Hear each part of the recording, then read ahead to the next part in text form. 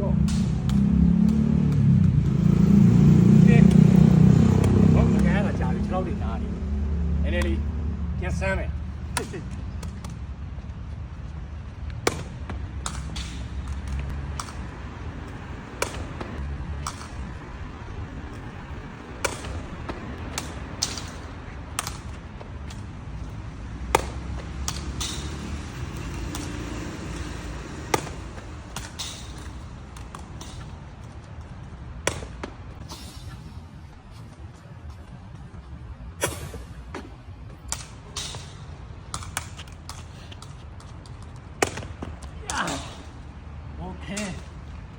နည်းနည်းတော့အားထည့်လို့ရလာပြီကျွန်တော်ဘာဖြစ်နေလဲဆိုတော့ကျွန်တော်အားထည့်ကန်ကဒီပေါင်ကျော်ကြီးနာတဖြည်းဖြည်းချင်းခုပြန်လောက်နေเนาะတဖြည်းဖြည်းချင်းနဲ့ခရိုတွေပါကန်ပြီးတော့ပြန်ပြပြီ